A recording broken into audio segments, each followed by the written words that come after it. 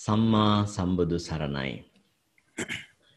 ශ්‍රී බුද්ධ වර්ෂ 2564ක් වූ බිනර මස පුර 12වක නම් තිතිලත් ශනි දින හෙවත් ව්‍යවහාරික වර්ෂ 2020ක් වූ අගෝස්තු මස 29 වන සෙනසුරාදා ශ්‍රී ලංකාවේ වේලාවෙන් පස්වරු 7 උදාවන මේ මොහොතේදී ලෝකය පුරා විසිරී සිටින ඔබ අප සෑම සියලු දෙනාම Zoom යෙදවීම ඔස්සේ අන්තර්ජාලය හරහා මේ සජීවීව සම්බන්ධ වී සිටිනුයේ පෞරාණික තේරවාදය ත්‍රිපිටක අධ්‍යයන වැඩසටහනෙහි අභිධර්මය 16 වැනි පාඩම සමගයි.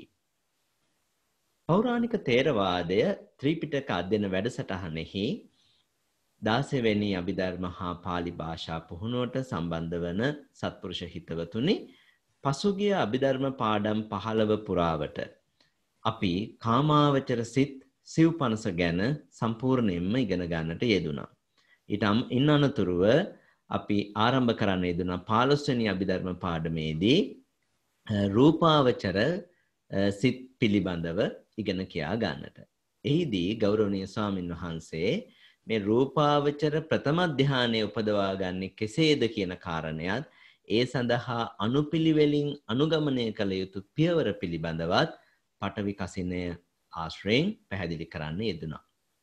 අද දවසේදී මේ අභිධර්මයේ 16 වෙනි පාඩම තුලින් අපි ඉගෙන ගන්න සූදානම් වෙන්නේ ඒ රූපාවචර ධානවල මේ ඉතිරි ධාන 4 පිළිබඳව. රූපාවචර පංචම ධානයේ දක්වා වූ ඉතිරි ධාන 4 පිළිබඳවත් ඒ ධාන උපදවා ගන්නේ කෙසේද කියන කාරණයත් අපි 16 වෙනි අභිධර්ම පාඩමෙන් ඉගෙන කියා ගන්නටයි මේ සූදානම් වෙන්නේ. අද දවසේ මේ උතුම් වැඩසටහනට මාර්ගෝපදේශකත්වයේ සපයන අපගේ ගෞරවනීය ආචාර්යයන් වහන්සේ මහනුවර අම්පිටිය උඩගම චිත්ත විවේකාශ්‍රමාධිපති නම කියන්නට අවසරයි පූජනීය විනයාචාර්ය ගලේවල ඥානදර්ශන ස්වාමීන්ද්‍රයාණන් වහන්සේ. අපගේ ගෞරවනීය ආරාධනය බොහෝමත්ම කාරුණිකව පිළිගෙන ගම්බීර වූ මේ අභිධර්මාර්ථය අපිට වටහා ගැති ආකාරයෙන් බොහෝම ඕනෑකමින් විස්තරාත්මකව පෙළට අටුවාවන්ට අනුකූලවම අත්නෝමතීන්ගෙන් බැහැරව ධර්ම න්‍යායන්ට අනුකූලවම විස්තර කර දෙමින් පියවරෙන් පියවරට අපිව මේ නිවන් මගට යොමු කරවන, නිවන දක්වා යොමු කරවන ඒ නිවන් ගමනේ, නිවන් පෙරහැරේ එක්කාගෙන යන අපගේ ගෞරවනීය ගුරු දේවෝත්තම ස්වාමීන්ද්‍රයන්න් වහන්සේව පාදාභිවන්දනීයව මේ උතුම් වැඩසටහනට පිළිගන්නට සියලු දෙනාම මාත් සමගම එක්ව ගාථා කියමින් ගෞරවනීය ස්වාමින් වහන්සේ වන්දනා කරමු.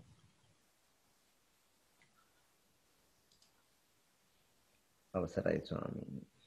ඕකාස වන්දාමි බන්තේ ඕකාස ద్వාරත්තේන කතං සබ්බං අච්චයං කමත මේ බන්තේ සාදෝකාස කමාමි බන්තේ සුඛී හෝතු නිබ්බාන පච්චේ හෝතු සුපත්තේවා.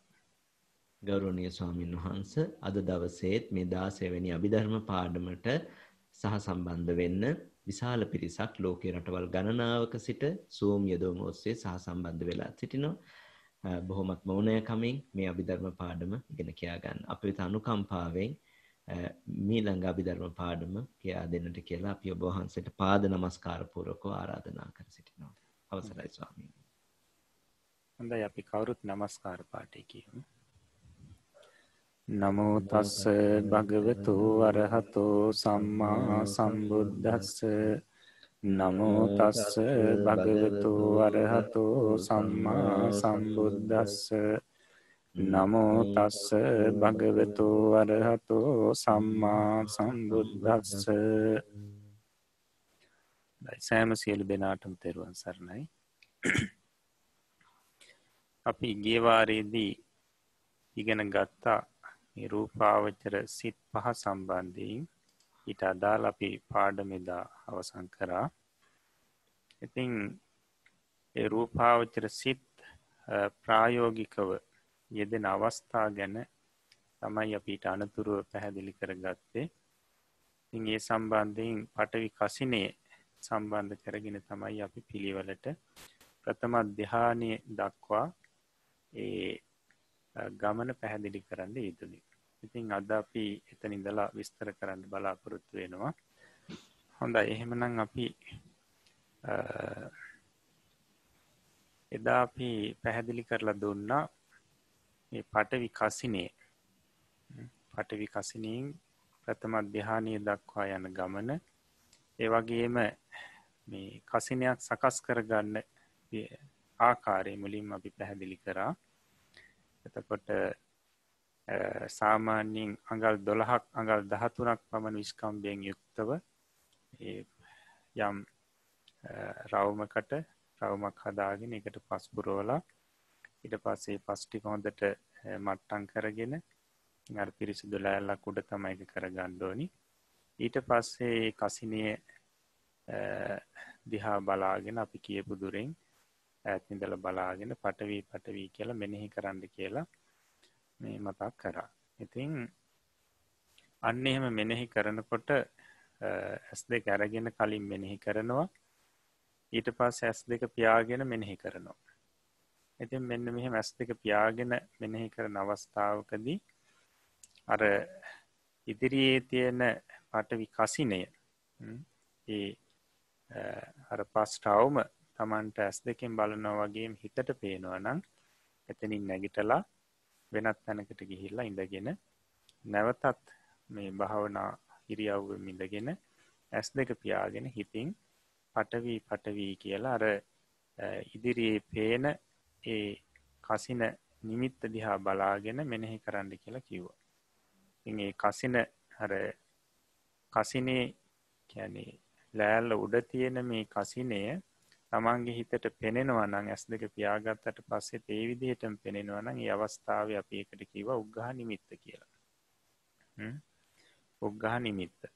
ඉතින් මේ උග්ඝහ නිමිත්ත දිහා බලාගෙන හිතින් පඨවි කියලා මෙනෙහි කරනකොට පැහැදිලි කරා මේ නීවරණ ධර්මයන් යටපත් වෙලා කෙලෙස් සංසිඳමින් මේ උපචාර සමාධිය කියන සමාධිය නැත්නම් අරට වඩා ප්‍රබල සමාධියක් ඇති වෙනවා කියලා. ඉතින් මේ සමාධිය ඇති වෙන වෙලාවේදී අර උග්ඝහ නිමිත්තත් පටිභාග නිමිත්ත බවට පරිවර්තනය වෙනවා.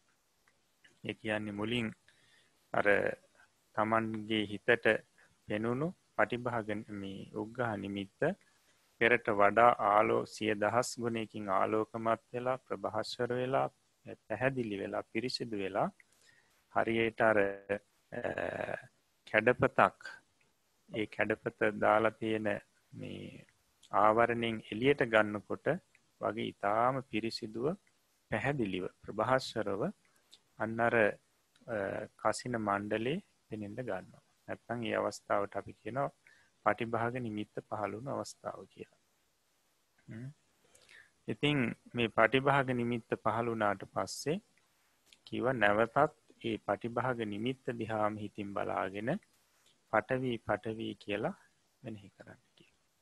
ඉතින් මේ පඨවි කියලා මෙනෙහි කරගෙන යනකොට යම් අවස්ථාවක් එනවා මෙන්න මේ පටිභාග නිමිත්ත.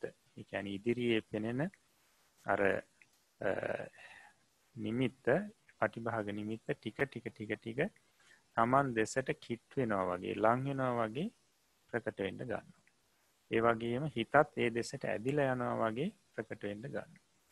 ඉතින් නැවතත් මෙනෙහි කරනකොට මේක ටික ලං වෙලා නිකන් හිතත් පටිභාග නිමිත්තත් දෙක එකක් වුණා හා සමානව තේරෙන්න ගන්නවා. එහෙම නැත්නම් පටිභාග නිමිත්තට හිත කිඳා බැස්සා වගේ වෙනවා.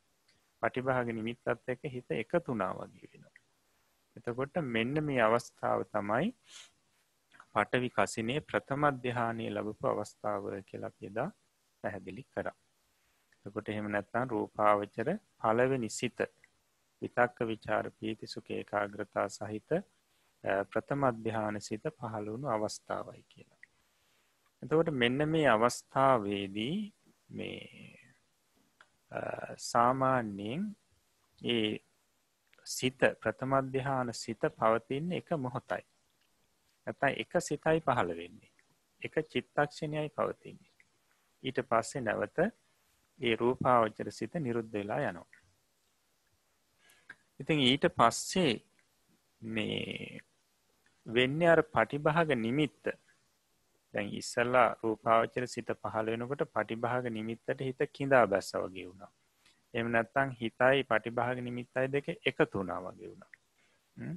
ඉතින් අන්න ඒ පටිභාග නිමිත්ත ඒ අවස්ථාවේදී එකතු වුණාට දැන් මේ ධ්‍යාන සිත ප්‍රථම ධ්‍යාන සිත උපදිලා නිරුද්ධ වෙනවත් එක්කම නැවත පටිභාග නිමිත්ත අර මුලින් තිබ්බා වගේ ඉදිරියේ තමයි තියෙන්නේ. සිතයි පටිභාග නිමිත්තයි දෙක වෙන් වෙනවා. එතකොට ඒ වෙලාවේදී පටිභාග නිමිත්ත ඉදිරියේ තියෙන ආකාරයට තමයි යෝගාවචරයට වැටහෙන්නේ. ඉතින් ඊට පස්සේ මේ පටිභාග නිමිත්ත දිහා බලාගෙන නැවත දැන් ඒ ආසනින් නැගිටලා හෝ නැවත භාවනා කරන් ඉඳගන්නකොට හෝ ගොඩක් දුරට S2 පියාගන්නකොටම ඒ යෝගාවචරයට පටිභාග නිමිත්ත පෙනෙන්න ගන්නවා. දැන් අර මුලින් වගේ මුල ඉඳලා යන්න අවශ්‍ය නැහැ. ගොඩක් මේක පුරුදු කරලා තියෙන නිසා පටිභාග නිමිත්ත එහෙම නැත්නම් අර ඊටාම ප්‍රභාස්වර විදිහට ආලෝකමත් විදිහට පිරිසිදුව තියෙන මේ නිමිත්ත ඉදිරියේම ප්‍රකට වෙන්න ගන්න S2 පියාගත්තු ගමන්ම සමහරුන්ට පේනවා. සමහරුන්ට S2 පියාගත්තු ගමන්ම පටිභාග නිමිත්ත ඉදිරියේ තියෙනවා. එතකොට මේ පටිභාග නිමිත්ත දිහා බලාගෙන නැවත පටවි කියලා මෙනෙහි කරනකොට ඔන්න නැවතත් අර මේ පටිභාග නිමිත්ත කිට්ටු වෙලා හිතත් ඒක දෙසට නැඹුරු වෙනවා වගේ තේරලා එකපාරට නැවතත් එකතු වෙනවා. නැත්නම් පටිභාග නිමිත්තට හිත කිඳා බැස්සා වගේ වෙනවා. මෙන්න මේ අවස්ථාවේදී අර මුල් අවස්ථාව වගේ නෙවෙයි මේ ටික වෙලාවක් නැත්නම් දීර්ඝ කාලයක් මේ හිත පටිභාග නිමිත්තත් එක්ක එකතු වෙලා පවතිනවා. එහෙමත් නැත්නම් අපි කියනවා ප්‍රථම ධ්‍යානයේ හිත දිගට පවතිනවා කියලා. නැත්නම් රූපාවචර පළවෙනි සිත දිගින් දිගට එක මේ පරම්පරා වශයෙන් දිගට පහළ වෙනවා. අපි මේ අවස්ථාවට කියනවා ප්‍රථම ධ්‍යාන සමාපත්තිය කියලා. සමාපatti අවස්ථාව කියලා. එතකොට මුලින්ම ප්‍රථම ධ්‍යානයේ ඉපදෙන අවස්ථාවේදී එක මොහොතයි තියෙන්නේ. එක චිත්තක්ෂණයයි, එක හිතයි. ඊට පස්සේ නැවත මේ අර නිමිත්තත් එක්ක පටිභාග නිමිත්තත් එක්ක හිත එකතු වෙනකොට ඒක කාලයක් තියෙනවා. සමහරුන්ට ටික වෙලාවක් තියෙනවා, සමහරුන්ට ඊට වඩා වෙලාවක් තියෙනවා. ඉතින් මෙන්න මෙහෙම පවතිනවා. ඉතින්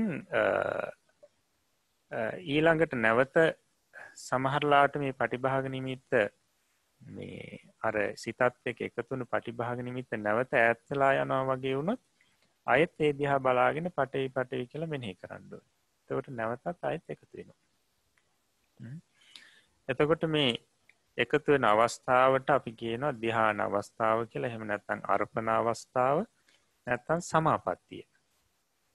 සමාපatti අවස්ථාව නැත්නම් ප්‍රථම ධ්‍යානයේ ඉන්න අවස්ථාව. එතකොට ඔන්න ඔය පටිභාග නිමිත්තත් එක්ක හිත එකතු වෙන අවස්ථාවට තමයි අපි කියන්නේ සමාපත්තියට සමවදිනවා. සමාපත්තියට සංවදිනවා. කියන්නේ ප්‍රථම ධ්‍යාන සමාපත්තියට සංවදිනවා. එකතු වීමට තමයි සමවදිනවා කියලා කියන්නේ. ඊට පස්සේ ඒ ප්‍රථම ධ්‍යාන සමාපත්තිය නැත්නම් ඒ පටිභාග නිමිත්තෙන් හිත මෑත් කරන අවස්ථාවේදී කියනවා ප්‍රථම ධ්‍යාන සමාපත්තියෙන් නැගී හිටිනවා කියලා. ප්‍රථම ධ්‍යාන සමාපත්තියෙන් නැගී හිටිනවා. එතකොට මේක හොඳට මතක තියාගන්න. මොකද ඉදිරියේදී මේ කාරණාව වැදගත් වෙනවා කරුණු පැහැදිලි කරනකොට. එතකොට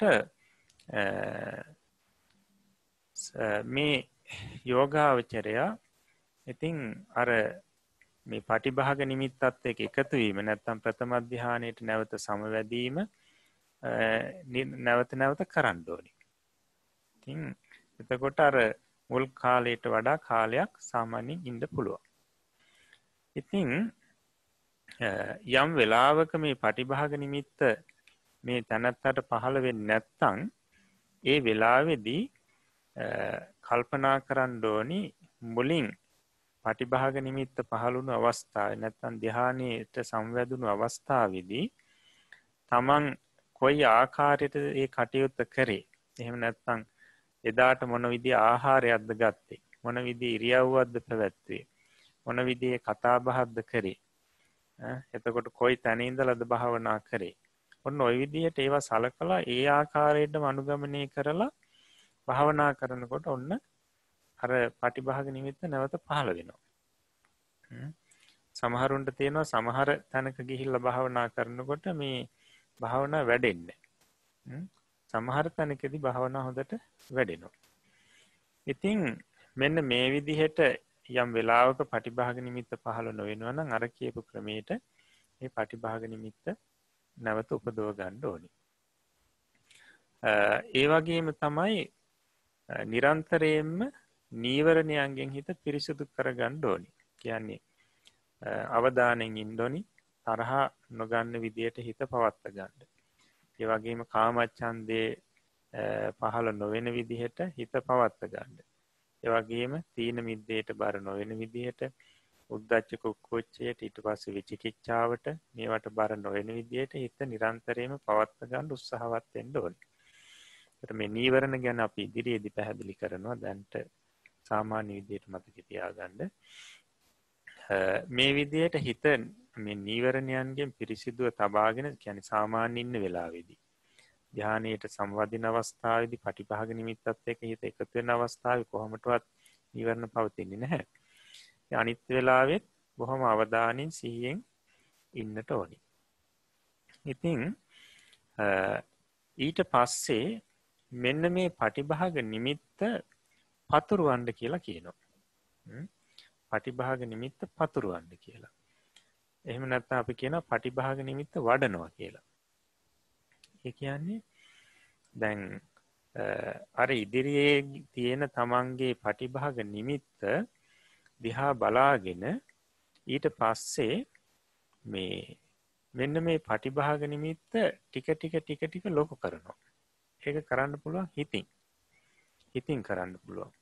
සාමාන්‍යයෙන් ඉදිරියේ පේන පටිභාග නිමිත්තට වඩා අඟලක් විතර දුරින්, හාත්පස අඟලක් විතර ප්‍රමාණයෙන් නිකන් හිතින් සලකුණු කරගන්න ප්‍රමාණයක් හදාගන්න. ඊට පස්සේ හිතින් අර පටිභාග නිමිත්ත නිකන් ලොකු කරනවා වගේ කරනකොට අර ප්‍රමාණයට අර පටිභාග නිමිත්ත ලොකු වෙනවා. ওই විදිහට අඟල් 2, අඟල් 3, අඟල් 4 ඊට පස්සේ වියත, රියන ওই විදිහට ප්‍රමාණයට මේක හිතින් ලොකු කරන්න කියනවා. මේකට තමයි පතුරවනවා කියලා කියන්නේ.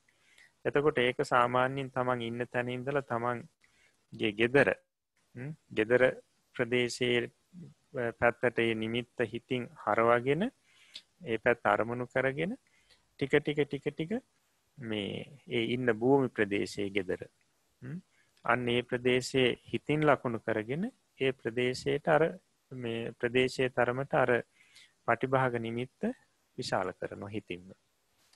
ඒකට අපි කියනවා පතුරවනවා කියලා. මේ විදිහට ගම, නගරය, ඊට පස්සේ මේ ඉන්න රට, ලෝකය මේ විදිහට මේ ඊටාම කියන්නේ පුළුවන් තරමක් නැත්නම් විශ්වයේ අරමුණු කරගෙන මේ විදිහට පතුරවන්න පුළුවන්. එතකොට එහෙම පතුරුවට පස්සේ තේරෙනවා මේ පටිභාග නිමිත්ත ඒ හැම තැනකම නිකන් වහගෙන පැතිරලා තියෙනවා කියලා. හැම තැනම තේරෙන්නේ අර ගංගා ඇලදොල ආදියක් තිබුණත් යෝගාවචරයට ඒ වෙලාවට වැටහෙන්නේ හැම තැනම පටවිය තියෙනවා කියලා. පටවිය තියෙනවා කියලා තමයි වැටහෙන්නේ.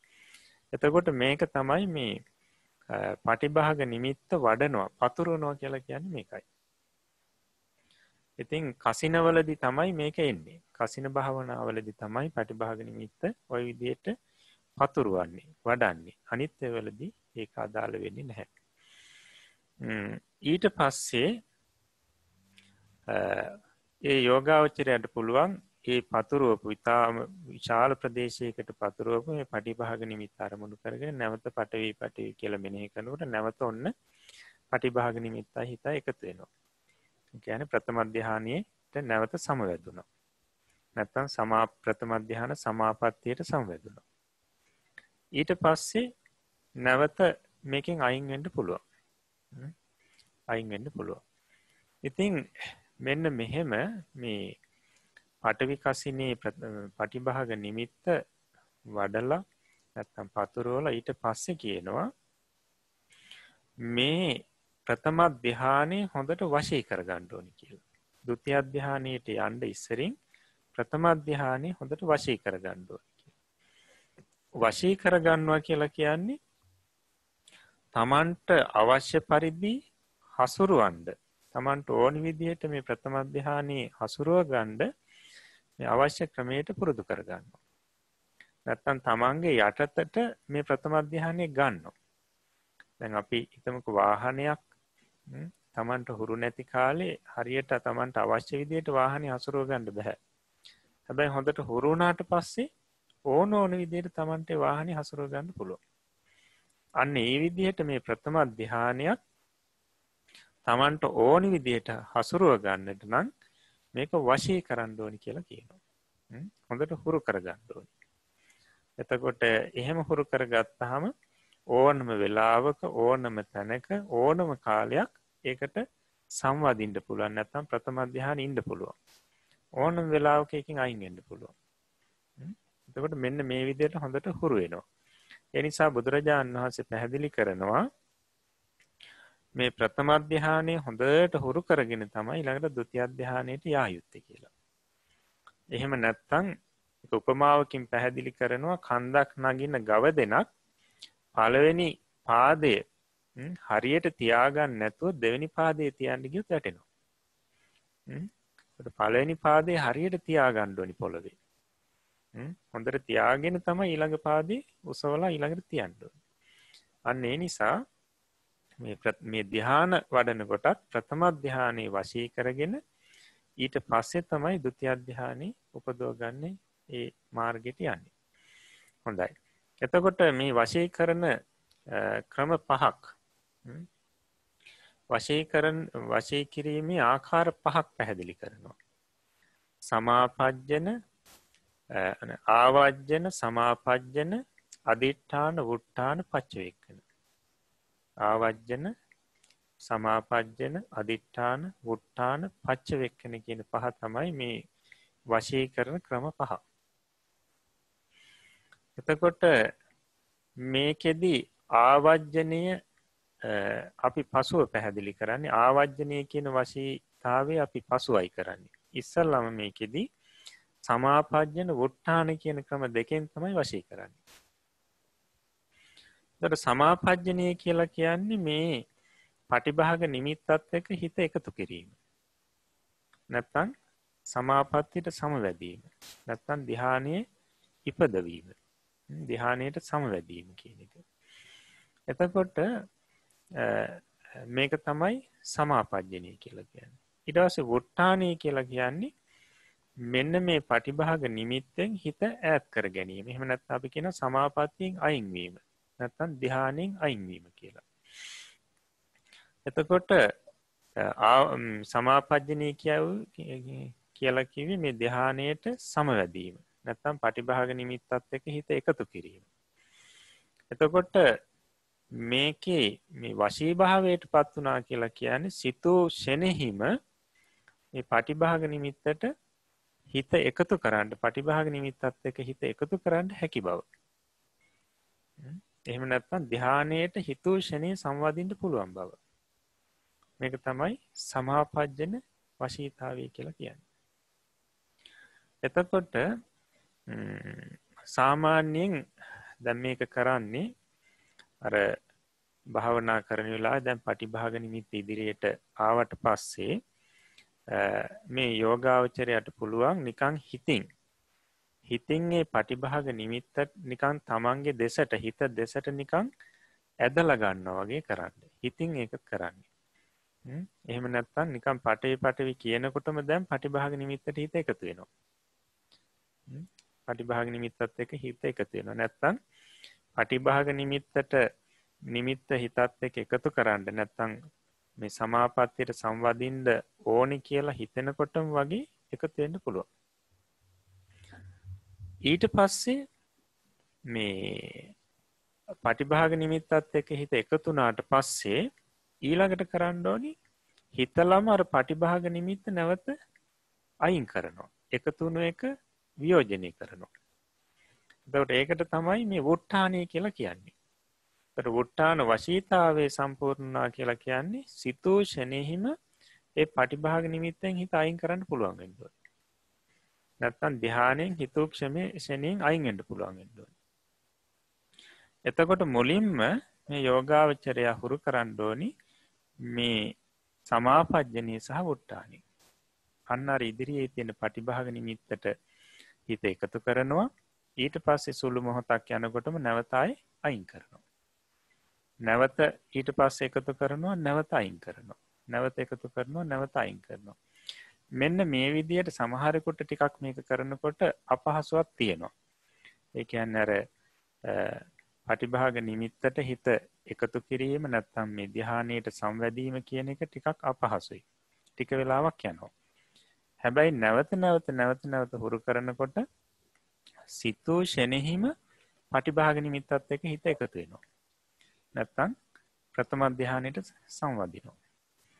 ඊළඟට මේ සිත එකතු වුණාට පස්සේ නැත්නම් ප්‍රථම සමාපත්තියට සංවැදුණාට පස්සේ නැවත මේ පටිභාග නිමිත්ත හිතින් අයින් කරනවා. ඒක හිතින්ම කරන්න ඕනේ. නිකන් හිතින්ම පටිභාග නිමිත්ත ඉදිරියට තල්ලු කරනවා වගේ කරනකොට මේ පටිභාග නිමිත්ත අයින් වෙනවා. මෙන්න මෙහෙම කරගෙන යනකොට මුලින් සමහරලාට අපහසු තියෙනවා සමහරුන්ට. නමුත් නැවත කරනකොට ඊටාම ෂණිකව අයින් කරන්න පුළුවන්. එතකොට ඔන්න අයින් කරාට පස්සේ ඉදිරියේ පටිභාග නිමිත්ත තියෙනවා. එතකොට නිකන් ඒ පටිභාග නිමිත්ත එක්ක හිත එකතු කරනවා. අපි කියනවා සංවදිනවා. ෂණිකව සංවදිනවා, ෂණිකව අයින් කරනවා. එතකොට දැන් සමහරුන්ට සමවැදිලා විනාඩියක් විතර යනවා සමහරට අයින් කරන්න. සමහරුන්ට ඊට වඩා අඩු කාලයක් යනවා. දැන් මේක පුරුදු කරන්න ෂණිකව සංවදිනවා ඒත් එක්කම අයින් කරන්න පුළුවන්. අන්න එතකොට ප්‍රථම ධ්‍යානෙට සංවදිනවා, ප්‍රථම ධ්‍යානෙන් අයින් වෙනවා. නැවත සංවදිනවා, නැවත අයින් වෙනවා. මොකද මේක කරන්න ඕනි නැත්තම් සමහරලාට මේ ප්‍රථම ධ්‍යානෙට සංවැදුනට පස්සේ ඒ වෙලාවේ තියෙන සැපයත් එක්ක සමහරු මේකට ඇලෙනවා. මේකට වැඩිපුර ඇලෙන්න ගන්නවා. එතකොට වෙන්නේ කාලයක් යනකොට මේක පිරිහිලා යනවා. ඒ නිසා මේකට මේ ප්‍රථම ධ්‍යානෙට සංවදිනවා ඊට පස්සේ සිතූෂණේ අයින් කරනවා. මෙන්න මේ විදිහට හුරු කරගන්නකොට ඔය සම්බන්ධයෙන් තියෙන ඇලීම බහුල වෙන්නේ නැහැ. එතකොට මේ යෝගාවචරය මුලින්ම ඔන්න සමාපජ්ජනේ වුට්ටානි කියන්නේ පටිභාග නිමිත්තත් එක්ක ෂණිකව සිත එකතු කරනවා, ෂණිකවම අයින් කරනවා. මෙන්න මේ විදිහට හොඳට හුරු වුණාට පස්සේ කියනවා සමාපජ්ජන සහ වුට්ටාන කියන වශීතාවයන් දෙක සම්පූර්ණයි කියලා. සමාපජ්ජනී සහ වුට්ටානී කියන වශී භාව දෙක සම්පූර්ණ වෙනවා. ඉතින් ඊට පස්සේ තියෙන්නේ අදිෂ්ඨාන කියන එක. අදිෂ්ඨාන කිරීම. දැන් මේ අදිෂ්ඨාන කිරීම කියලා කියන්නේ දැන් මේ පටිභාග නිමිත්ත ඉදිරියේ තියෙන අවස්ථාවේදී, ඒ කියන්නේ සමාපatti ඉන්න අවස්ථාව නෙවෙයි මේ කියන්නේ. පටිභාග නිමිත්ත ඉදිරියේ තියෙන ඉන්න අවස්ථාව. අපි මේ අවස්ථාවට කියනවා උපචාර අවස්ථාව කියලා. උපචාර අවස්ථාව එක මතක තියාගන්න. ඒකට උපචාර අවස්ථාවේ ඉන්නකොට පටිභාග නිමිත්ත ඉදිරියේ තමයි තියෙන්නේ. සිතත් එක්ක එකතු වෙලා සිතත් එක්ක සිත ඊට කිඳා බහැලා නැහැ. උපචාර අවස්ථාව. එතකොට මේ අවස්ථාවේ තියෙන්නේ කාමාවචර සිත්. එතකොට පටිභාග නිමිත්තත් එක්ක හිත එකතු වෙනකොට අපි කියන්නේ ධ්‍යාන අවස්ථාව. මේ වෙලාවේ තියෙන්නේ රූපාවචර පළවෙනි ධ්‍යාන සිත. එතකොට දැන් මෙන්න පටිභාග නිමිත්ත ඉදිරියේ තියෙන අවස්ථාවේදී මේ අදිෂ්ඨානය කොහොමද කරන්නේ? ඉස්සල්ලා Taman ළඟ තියාගන්න ඕනි පේන දුරක හොරලෝසුවක්. හොරලෝසුවක් තියාගෙන ඊට පස්සේ වෙලාව බලනවා. දැන් වෙලාව 10 නම් ඊට පස්සේ පටිභාග නිමිත්ත දැන් S2 පියා ගන්නවා. ඊට පටිභාග නිමිත්ත ඉදිරියේ තියෙනවා. හිතනවා මට මේ සමාපත්තියේ විනාඩියක් ඉඳ ලැබේවා. විනාඩියක් ඉඳලා මම මේකෙන් නැගිටිනවා කියලා හෝ හිතලා දැඩිව අධිෂ්ඨානය කරලා අන්න අර පටිභාග නිමිත්තත් එක්ක හිත එකතු කරනවා. ඊට පස්සේ දැන් මේ විදියට පටිභාග නිමිත්තත් එක්ක හිත එකතු කරලා දැන් අයින් කරන්න යන්නේ නැහැ. අන්න ටික වෙලාවක් යනකොට හිමීට මේ පටිභාග නිමිත්තෙන් හිත අයින් වෙලා යනවා ඉබේටම. ඒ වෙලාවේ S2 අරලා බලන වෙලාව කීයද කියලා. අන්න එතකොට සමහරුන්ට මුලින්ම හරියටම විනාඩියක් ගිහිල්ලා තියෙනවා. එතකොටම තමයි අයින් වෙලා තියෙන්නේ. ඊළඟට දැන් එහෙම විනාඩි දෙක තුනක් වගේ ගිහිල්ලා නම් නැවත මොකද කරන්නේ? වෙලාව බලනවා 10:05 නම් S2 ඒ වෙලාවෙම පියාගන්නකොට ඒ වෙලාවෙම අර පටිභාග නිමිති ඉදිරියේ පේනවා. ඊට පස්සේ නැවත හිතනවා මට මේ සමාධිය තුළ නැත්නම් සමාපatti විනාඩියක් ඉඳ ලැබේවා කියලා හිතලා මොකද කරන්නේ? අර හිත එකතු කරනවා පටිභාග නිමිත්තත් එක්ක. ඊට පස්සේ හේම ඉන්නකොට දැන් මේ ධ්‍යානෙ ඉන්නේ. ඊට පස්සේ ටික වෙලාවක් යනකොට යෝගාවචරයට තේරෙනවා හිමීට අර පටිභාග නිමිත්තෙන් හිත අයින් වෙනවා. නැත්නම් පටිභාග නිමිත්ත නැවත ඉස්සරහට එනවා. අන්න ඒ අවස්ථාවේ නැවත වෙලාව බලන්න ඕනේ. එතකොට ගොඩක් සමහරුන්ට හරියටම විනාඩිය ගත වෙලා තියෙනවා. ওই විදිහටම ඊළඟට විනාඩි 2, විනාඩි 3, විනාඩි 4, විනාඩි 5 ওই විදිහට මේ පැයක් විතර යනකම් කරන්න ඕනේ මේක. විනාඩි 10ක් කරනකොට පටිභාග නිමිත්ත ඉස්සරහා තියෙන වෙලාව නැත්නම් උපචාර අවස්ථාවේදී වෙලාව බලලා මට මේ සමාපත්තියේ නැත්නම් මේ සමාධිය විනාඩි 10ක් ඉඳ ලැබේවා කියලා හිතලා පටිභාග නිමිත්තට හිත ඇතුල් කරනවා. නැත්නම් පටිභාග නිමිත්තත් එක්ක හිත එකතු කරනවා. අන්න ඊට පස්සේ ටික වෙලාවක් ගියාට පස්සේ ඉබේම අර පටිභාග නිමිත්ත මේ හිතින් මෑත් වෙනවා. නැත්නම් ඉදිරියේ පේන්න ගන්නවා. අන්න ඒ වෙලාවේදී වෙලාව බලනකොට හරියටම විනාඩි 10ක් ගත වෙලා. මේ විදිහටම දිගට විනාඩියෙන් විනාඩිය පැයක් ඊට පස්සේ පැය 1යි කාලක් එකමාරක් පුළුවන් නම් පැය 2ක් දක්වා හෝ කරන්න ඕනේ. ඒකට මේකට කාලයක් ගත වෙනවා. දැන් සමහරු ඉන්නවා ඒ අය පැය එකමාරක් අදිෂ්ඨාන කරපුවාම හරියටම සමහරුන්ට ඒ විදිහටම මේ අදිෂ්ඨානය සම්පූර්ණ වෙනවා. ඒකට පැය එකමාර යනකොට ඉබේම මේ පටිභාග නිමිත්තෙන් නැත්නම් මේ සමාපත්තියෙන් නැත්නම් ධ්‍යානෙන් අයින් වෙනවා. එතකොට මෙන්න මේ විදිහට තමන් අදිෂ්ඨාන කරපු කාලය හරියටම මේ සමාපත්තිය තුල ඉන්න පුළුවන් වෙනකන් හුරු කරාට පස්සේ අන්න අදිෂ්ඨාන වශී භාවය සම්පූර්ණ වෙනවා. දැන් එතකොට මේ තැනත්තට ඕනම වෙලාවක මේ සමාපත්තියට ධ්‍යානයට සංවදින්නත් පුළුවන්, අයින් වෙන්නත් පුළුවන්. තමන් හිතපු කාලයක් අනිවාර්යයෙන්ම සමාධියේ වරදින් නැතුව ඉන්නත් පුළුවන්. ඉඳලා එකෙන් අයින් වෙන්න පුළුවන්. එතකොට බලන්න සමාපජ්ජනීය, උත්ථානීය, ඊට පස්සේ අදිඨානීය කියන මේ තුනම දැන් සම්පූර්ණයි. ඊළඟට තියෙන්නේ ආවජ්ජන සහ පච්චවෙක්කන කියන දෙක. ආවජ්ජන සහ පච්චවෙක්කන.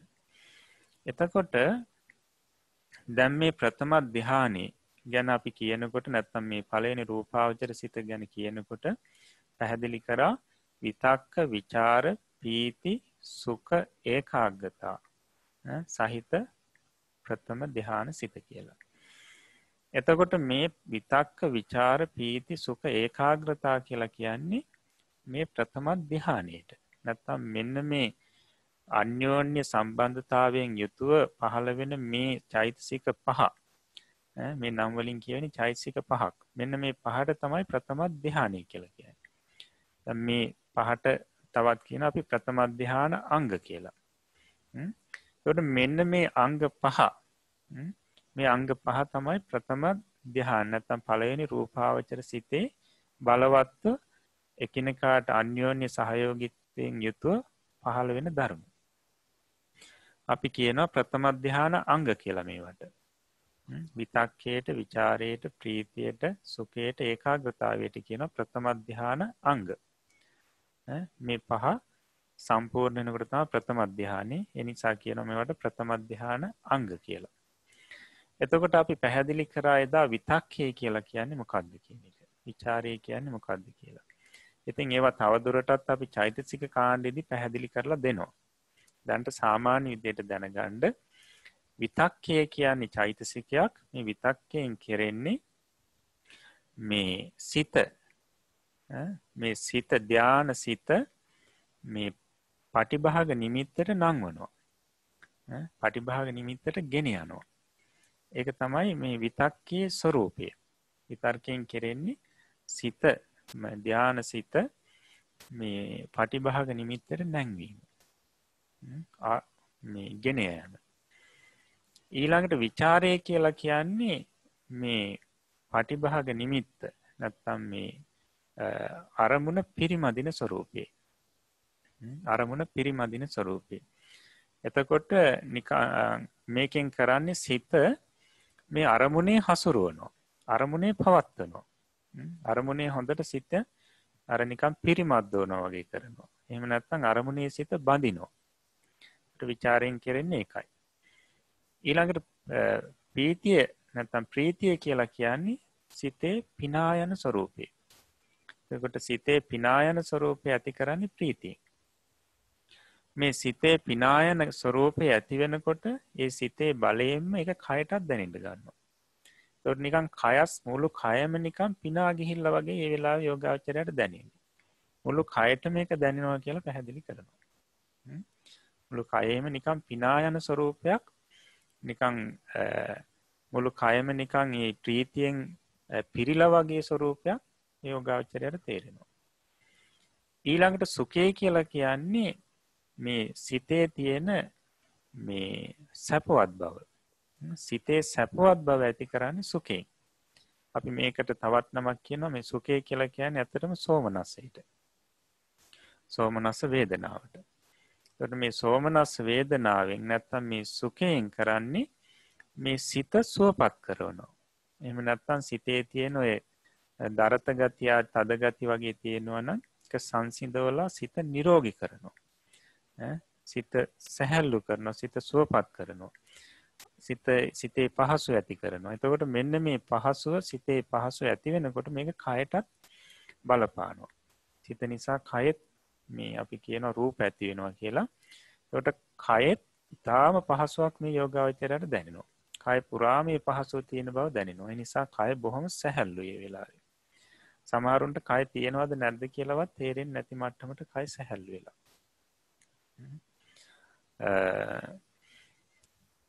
ඊට පස්සේ ඒකාග්‍රතාවය කියලා කියන්නේ මේ එකඟ බව කියන එක. නැත්තම් ඔය සිත මනාකොට මේ අරමුණේ පිහිටවන ස්වરૂපයට තමයි ඒකාග්‍රතාවය කියලා කියන්නේ. නොසැලෙන පරිද්දෙන් සිත මනාකොට අරමුණේ පිහිටවන ස්වરૂපයට අපි කියනවා ඒකාග්‍රතාවය කියලා. ඒකාග්‍රතාවයෙන් කරන්නේ ඒකයි.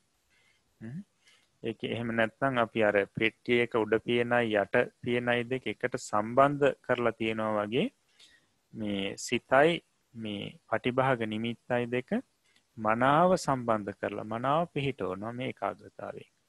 ඒකාග්‍රතාවයේ කෘත්‍යය ඒකයි. එතකොට මෙන්න මේ අංග පහ තමයි ප්‍රථම ධානයේ බලවත්ව තියෙන්නේ. එතකොට මේවට කියනවා ප්‍රථම ධාන අංග කියලා.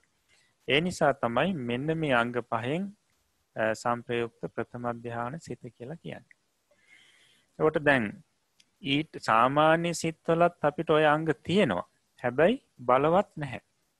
සාමාන්‍ය අපි කුසලයක් කරනකොට ওই අංග තියෙනවා. කාමාවචර කුසල සිත්වලත් තියෙනවා. හැබැයි බලවත් නැහැ. මෙන්න මේ අංග බලවත් වෙන්නේ රූපාවචර සිතේදී. අන්න බලවත් වෙනකොට තමයි අරමුණ ඉතාම හොඳින් ගන්නෙ. අරමුණ ඉතාම හොඳින් අරගෙන දීර්ඝ වේලාවක් එකම අරමුණේ ඉන්න පුළුවන්. කාමාවචර සිතේ දුර්වල නිසා එක අරමුණේ දීර්ඝ වේලාවක් ඉන්න බෑ. එතකොට මේ බලවත් වුණු එකිනෙක අන්‍යෝන්‍ය සම්බන්ධයෙන් යුක්ත වුණු මෙන්න මේ අංග පහට ප්‍රථම ධාන අංග කියලා කියනවා. එතකොට දැන් මේ ආවජ්ජන වශීතාවේදී කරන්නේ සාමාන්‍යයෙන් මේ ධානයේට අර අදිෂ්ඨානාදී කරන වෙලාවේ ධානයට සම්වැදිලා ඉන්න වෙලාවේදී තමන්ට යෝගාවචරයට වැටහෙනවා මේ විතක්ක විචාර පීති සුඛ ඒකාග්‍රතාව කියන මේ අංග. මේ අංග වැටහෙනවා. කියන්නේ මෙන්න මේ ස්වરૂප මේ සිත අරමුණට නංවන ස්වરૂපේ සිතින් අරමුණ පිරිමදින ස්වરૂප ප්‍රීතිය සුඛය මේවා ඒ යෝගාවචරයට තේරෙනවා. වැටහෙනවා. එතකොට මේ යෝගාවචරය කරන්න ඕනි අර යම් වෙලාවක් දැන් අපි හිතමුකෝ පැය භාගයක් හරි අදිෂ්ඨාන කරලා ඒ ධ්‍යානයට සංවදිනවා. ඊට පස්සේ ධ්‍යානෙන් නැගී හිටිනවා. නැගී හිටනවා කියලා කියන්නේ ධ්‍යානෙන් අයින් වෙනවා. දැන් මෙතන නැගී සිටිනවා කියලා කියන්නේ මේ ආසනෙන් භාවනා පරියන්කෙන් නැගිටිනවා කියන එක නෙවෙයි. සමාපත්තියෙන් නැගී සිටිනවා කියලා කියන්නේ අන්න අර ධ්‍යානෙන් අයින් වෙනවා. එහෙම නැත්නම් පටිභාග නිමිත්තෙන් එකතු වෙලා සිත එකතු වෙලා තිබුණු පටිභාග නිමිත්තෙන් සිත අයින් කරනවා, මෑත් කරනවා. ඒ අවස්ථාවේ පටිභාග නිමිත්ත ඉදිරියේ තියෙන්නේ. එතකොට පටිභාග නිමිත්ත එකතු වෙනකොට නිකන් හිත වහගත්තා වගේ තේරෙන්නේ. ඔන්න එතකොට දැන් පැය භාගයක් අදිෂ්ඨාන කරලා ඒ සමාපත්තියේ ඉඳලා ඊට පස්සේ පැය භාගයක් යනකොට හරියටම දැන් අයින් වෙනවා. සමාපත්තියෙන් නැගී සිටිනවා. අන්න ඒ වෙලාවේදී කල්පනා කරනවා මේ ප්‍රථම ධ්‍යානයේ මේ ධ්‍යානයේ තිබුණ විතක්කේ වගේම විචාරය ඊළඟට ප්‍රීතිය ඒ වගේම සුඛය ඒ වගේම ඒකාග්‍රතාවය ඊළඟට නැවත අනිත් පැත්තට හිතනවා ඒකාග්‍රතාවයේ ඊළඟට සුඛය ඊළඟට ප්‍රීතිය ඊළඟට විතක්කේ මේ විචාරේ ඊළඟට විතක්කේ මෙන්න මේ ප්‍රථම ධ්‍යානයේ තිබුණු අංග මුල ඉඳලා අගටත් අග ඉඳලා මුලටත් නැවත මෙනෙහි කරනවා. මෙන්න මේ විදිහට මෙනෙහි කරගෙන යනකොට මේ පෙරට වඩා වේගෙන් මේ ටික මෙනෙහි වේගෙන යනවා. ඒ කියන්නේ මේ මෙනෙහි කරනකොට මේ අතරට වෙන කිසිම සිතවිල්ලක් එන්නේ නැතුව වෙන කිසිම දෙයක් තේරෙන්නේ නැතුව මුල ඉඳලා අගටත් අග ඉඳලා මුලටත් මෙන්න මේ අංග ටික මෙනෙහි වෙන තත්ත්වයටපත් වෙනවා. එතකොට විතක්කේ විචාරේ ප්‍රීතිය සුඛේ ඒකාග්‍රතාවයේ සුඛේ ප්‍රීතිය විචාරේ විතක්කේ ওই විදිහට හොඳට එක දිගට ඉහළට සහ පහළට මේක මෙනෙහි වෙන්න ගන්නවා. අන්න ඒ විදිහට කිසිම අපහසුයක් නැතුව හොඳට අංග මෙනෙහි වෙන තත්ත්වයටපත් වීම තමයි ආවජ්ජන වශීතාවයේ සම්පූර්ණ වුණු අවස්ථාව. එතකොට ඊළඟට පච්චවෙක්කන වශය කියලා කියන්නේ මෙන්න මේ ධ්‍යාන අංගම ඒවල ස්වરૂප වශයෙන්ම මෙනෙහි කිරීම. ඒවල ස්වરૂප විදිහට නැත්නම් ඒවල තියෙන ස්වභාවය හිතට වැටෙන විදිහට මෙනෙහි කිරීම. තමයි මේ පච්චවෙක්කනය කියලා කියන්නේ. එතකොට මේ පච්චවෙක්කනය අමුතුවෙන්ම කරන්න අවශ්‍ය නැහැ. අර ආවර්ජනය කරගෙන යනකොට ධ්‍යානාංග මෙනෙහි කරගෙන යනකොටම ඒ යෝගාවචරයට මේ ඒ ධ්‍යාන අංගවල තියෙන ස්වરૂපයට අනුරූපීව තේරෙන්න ගන්නවා යට. වැටහෙනවා හිතට.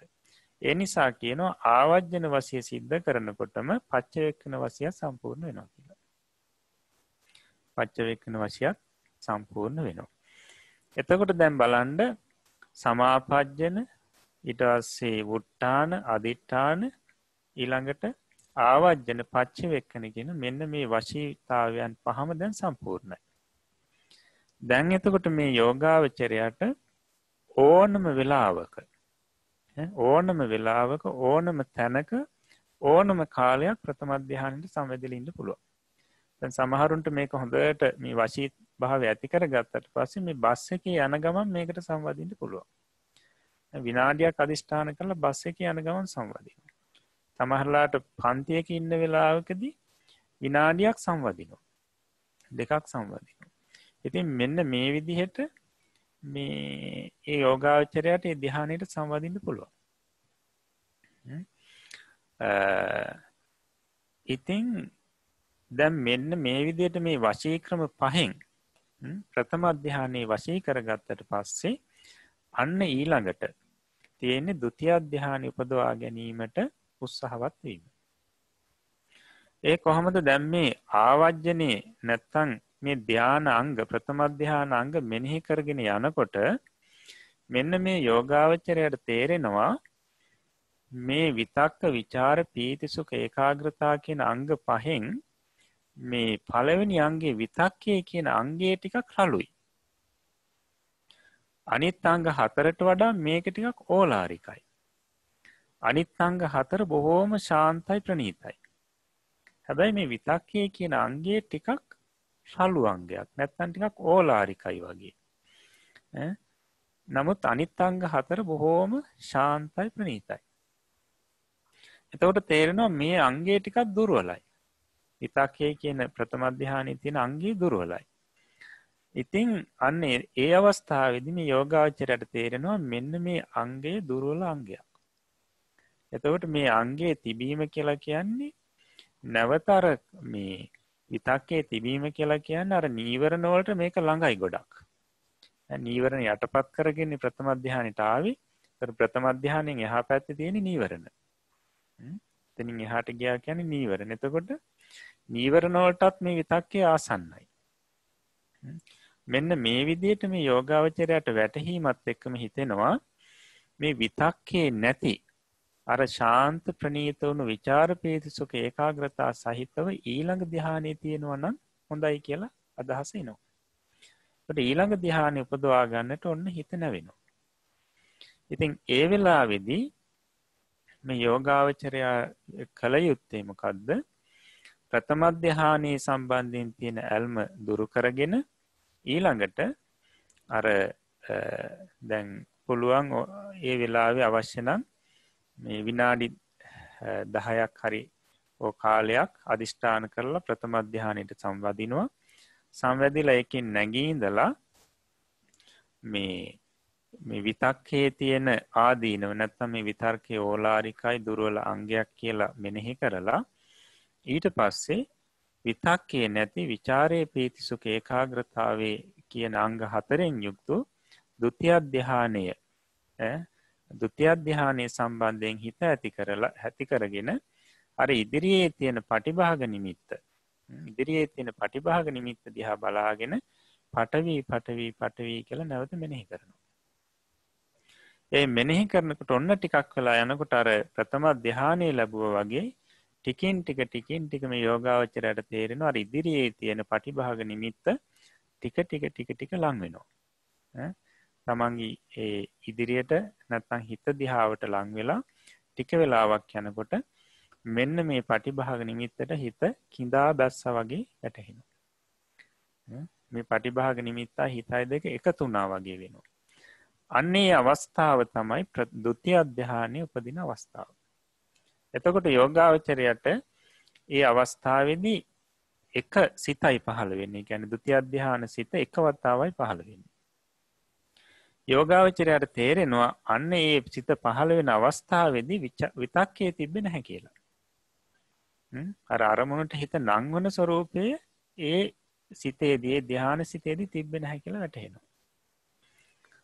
ඊළඟට නැවත අර එක වතාවක් ဒုတိ ය ධ්‍යාන සිත පහළ වුණා. එතකොට ඒ වෙලාව අපි කියන විචාර ප්‍රීති සුඛ ඒකාග්‍රතාව සහිත ဒုတိ ය ධ්‍යාන සිත පහළ වුණා කියලා. දෙවෙනි රූපාවචර සිත පහළ වුණා. මෙන්න මේ අවස්ථාවේදී එක චිත්තක්ෂණයයි මේ සිත පවතින. ඊළඟට නැවත අර පටිභාග නිමිත්ත ඉදිරියේ පේන්න ගන්නවා. පටිභාග නිමිත්ත ඉදිරියේ පේන්න ගන්නවා. ඊට පස්සේ නැවත පඨවි හෝ කියනකොට නැවත ආය පටිභාග නිමිත්තට හිත එකතු කරන්න පුළුවන්. අන්න එකතු කරාට පස්සේ ဒုတိ ය ධ්‍යානයේ ඒ ဒုတိ ය ධ්‍යාන සිත නැවත පහළ වෙනවා.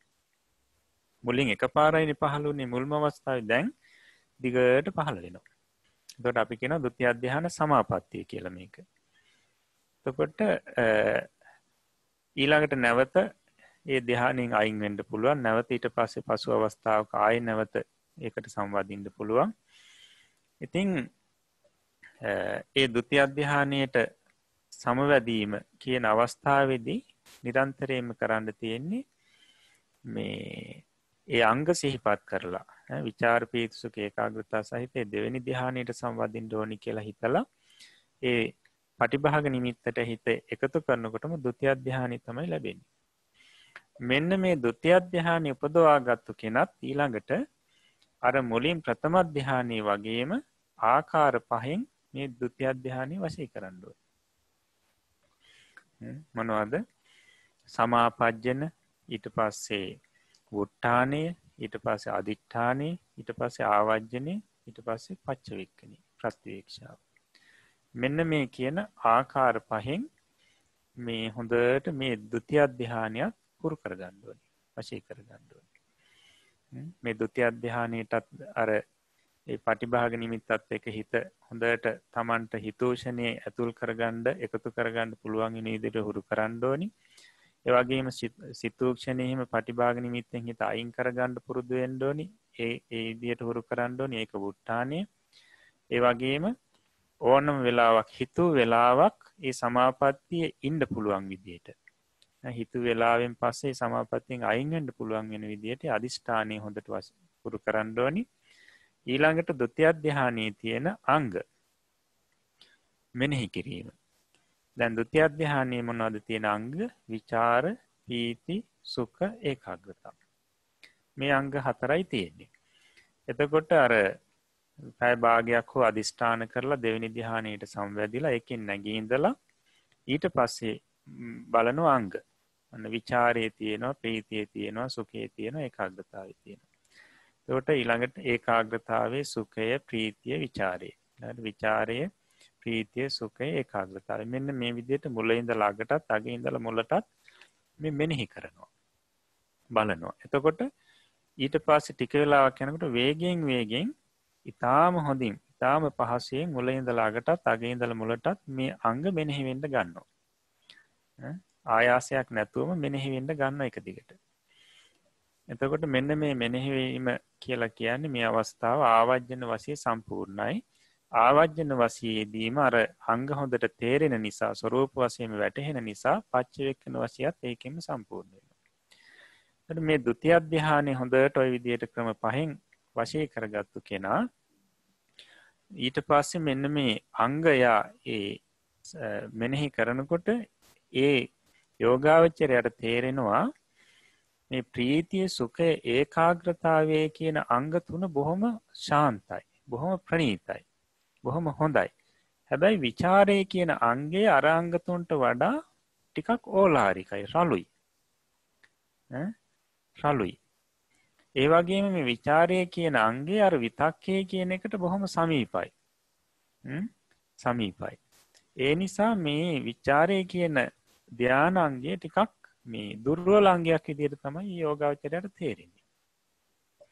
අන්නේ නිසා මේ යෝගාවචරයට හිතෙනවා මේ විචාරේ නැති ප්‍රීතිය, සුඛ, ඒකාග්‍රතාවය කියන මේ ඊටාම ශාන්ත වුණු, ප්‍රණීත වුණු අංග තුنين යුක්ත ඊළඟ ධ්‍යානෙ ලැබෙනවා නම් හොඳයි කියන, උපදව ගන්නවා නම් හොඳයි කියන අදහස එනවා.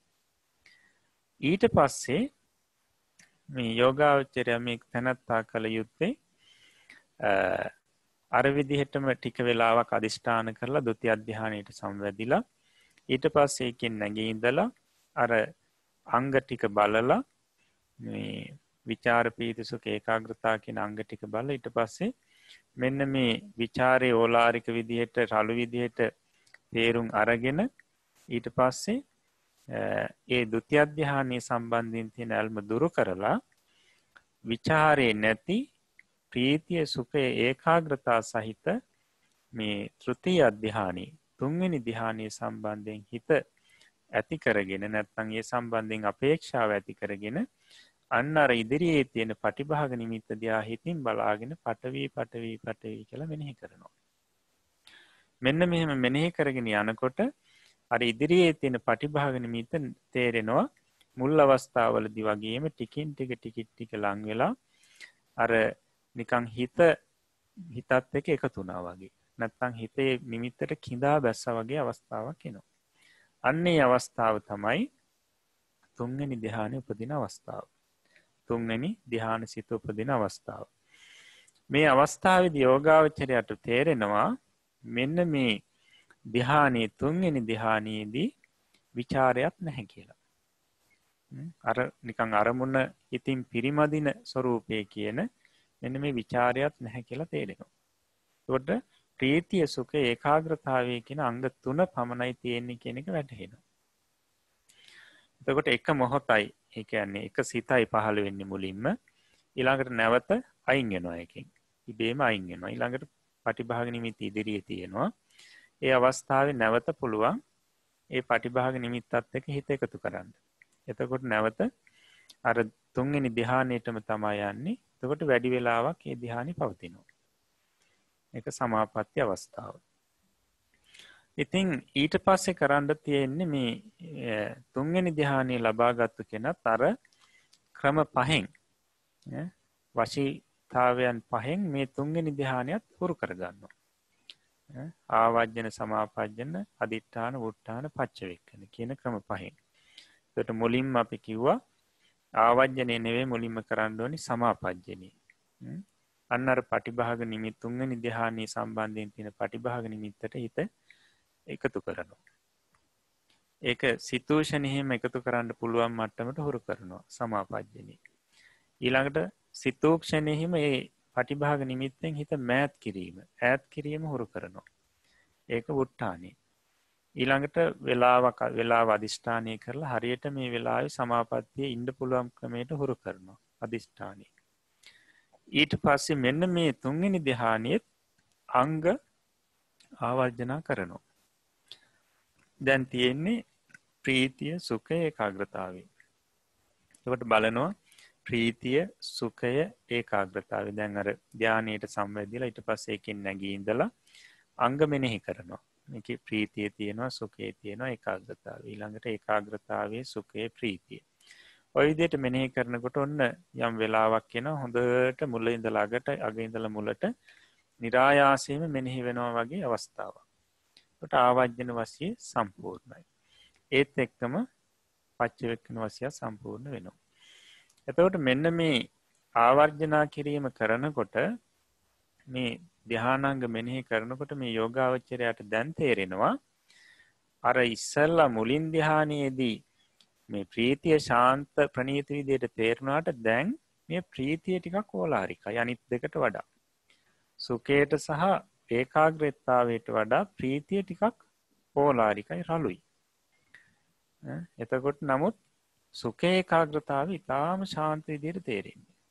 ප්‍රණීත විදියට තේරෙනවා. එතකොට මේ යෝගාවචරයට වැටහෙනවා මේ ප්‍රීතිය කියන අංගය ටිකක් දුර්වලයි මේ ධ්‍යානෙදී. ප්‍රීතිය කියන එක දුර්වලයි මේ ධ්‍යානෙදී. ඉතින් මේ ප්‍රීතිය නැති සුඛ ඒකාග්‍රතාව පමණක් ඇති ඊළඟ ධ්‍යානෙ උපදව ගන්න හිත නැවෙනවා එතකොට.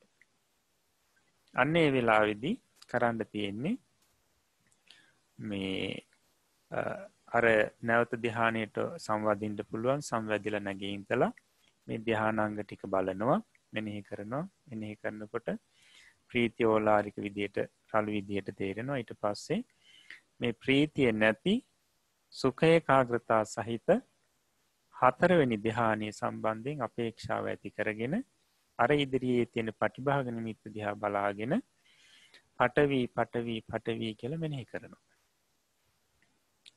ඉතින් මේ නිමිත්ත දිහා බලාගෙන පඨවි පඨවි කියලා මෙනෙහි කරනවා.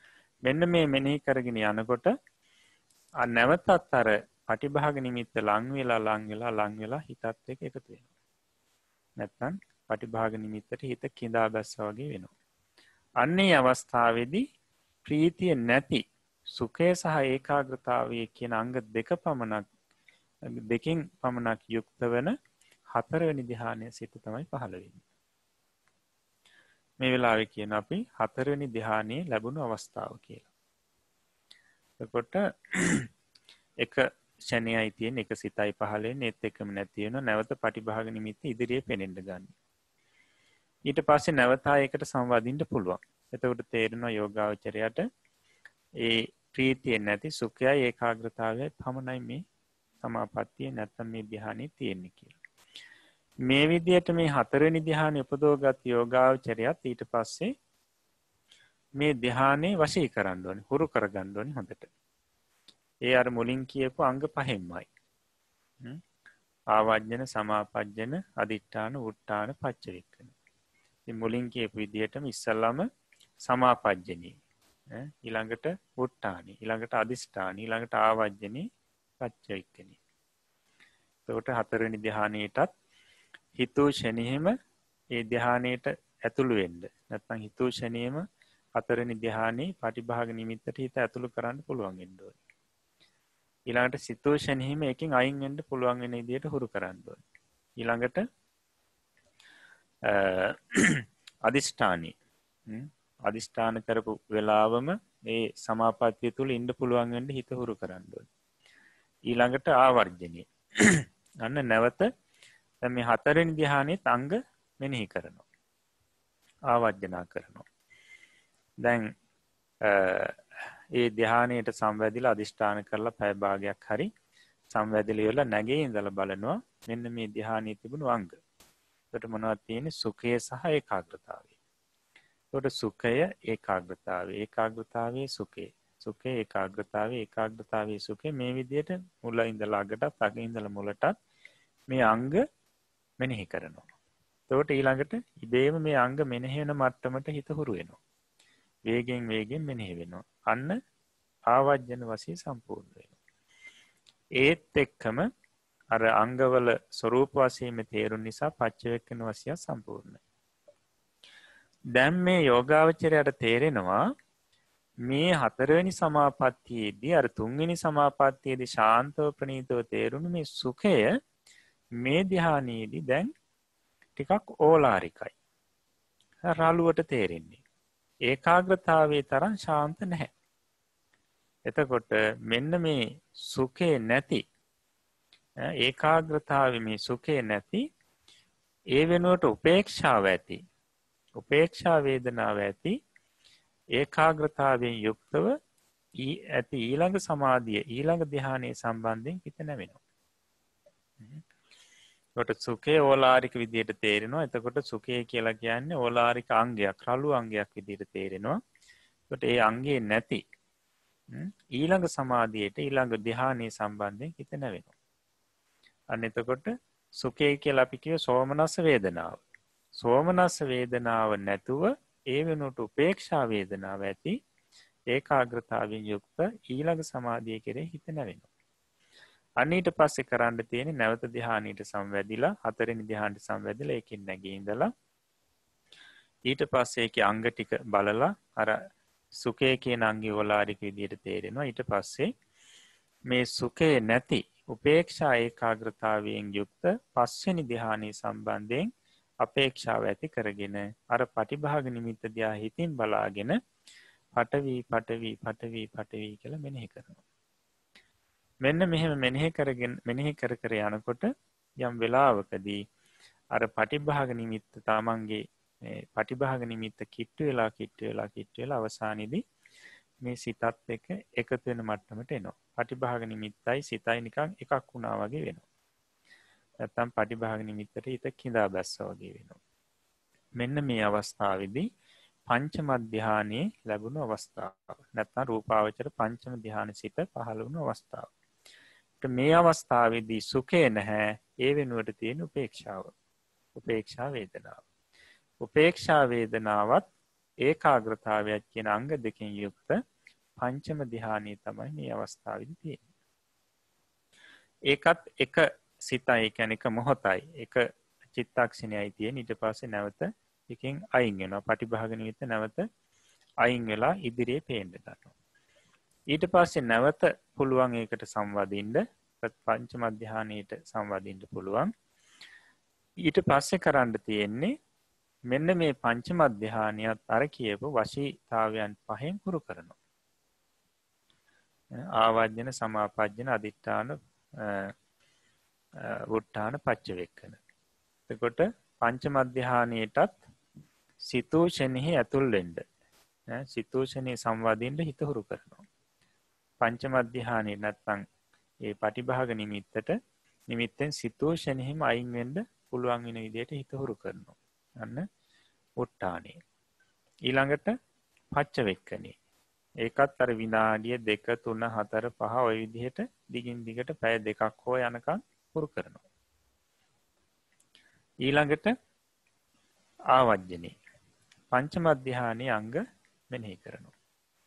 ඉතින් ඊට පස්සේ ඒ අංග මෙනෙහි කරනකොට මේ හොඳට අංග මෙනෙහි වෙන මට්ටමට නිරායාසයෙන් මෙනෙහි වෙන මට්ටමට හිතපත් වෙනවා කියන්නේ ආවර්ජන වශයෙන් සම්පූර්ණයි. ඒත් එක්කම පච්චවෙක්කන වශයෙන් සම්පූර්ණයි. ඒකට මේකේ තියෙන අංග ඕලාරික විදිහට වැටහෙන්නේ නැහැ. මේ අංග දෙක ශාන්ත ප්‍රණීත විදිහටම වැටහෙනවා. එතකොට අපි ඔය කියාගෙන ආවේ මේ පංචම ධ්‍යානයට දක්වා මේ රූපාවචර සිත් උපදවා ගන්න ආකාරය. එතකොට බලන්න අර මුලින්ම කිව්වේ මුල්ම ධ්‍යාන සිත උපදින අවස්ථාව. ඊළඟට දෙවෙනි ධ්‍යාන සිත උපදින අවස්ථාව. ඊළඟට තුන්වෙනි ධ්‍යාන සිත උපදින අවස්ථාව. ඊළඟට හතරවෙනි ධ්‍යාන සිත උපදින අවස්ථාව. ඊළඟට පස්වෙනි ධ්‍යාන සිත උපදින අවස්ථාව.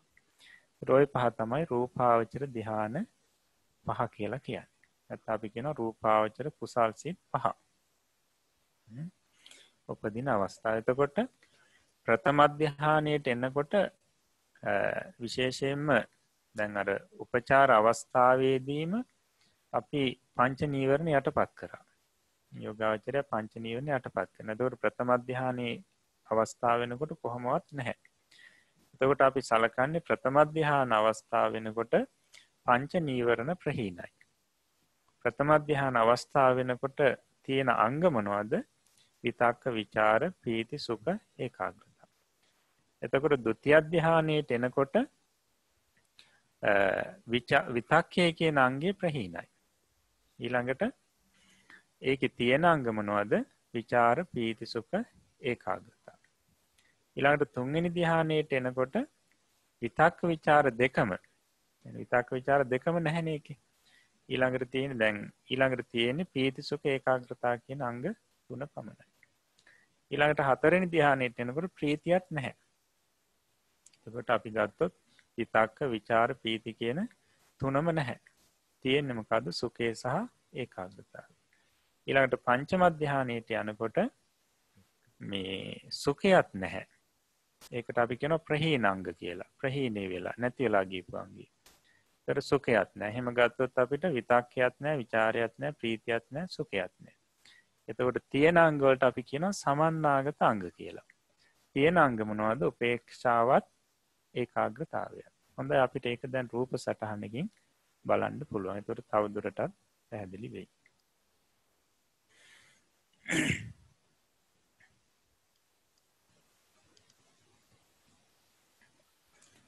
ඒ ධ්‍යානයන්ගේ ප්‍රහීන සහ සංප්‍රයුක්ත අංග. බලමු පළවෙනි ධ්‍යානෙ. ප්‍රථම ධ්‍යානෙ ප්‍රහීනාංග මොනවද? කාමච්ඡන්දාදී නීවරණ පහ. ඊට පස්සේ සංප්‍රයුක්තාංග තියෙන අංග මොනවද? ධ්‍යානෙ විතක්ක විචාර ප්‍රීති සුඛ ඒකාග්‍රතාව.